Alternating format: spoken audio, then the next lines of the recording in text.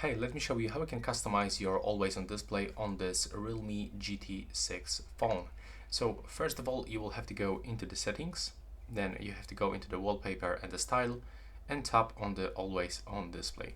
So here we can for sure turn it on by clicking on the switcher, but first we can show music info on the always on display. If you want to do this, you have to just click here, tap on the music information and enable this function, and it will look just like this. Next, you can go into the more display settings where, for example, you can turn it on for all day. There we go. And here we can adjust some options, like if you don't want to get your notifications to be shown on the always on display, you can just turn them off by unselecting this phrase. And it looks the same for the battery, date, and the time. So set up to your own preferences, then go back, and here we can also show or hide the new notifications.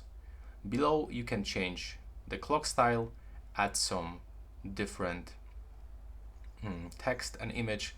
Right here you can even set your own photo as a watch, as a always in display.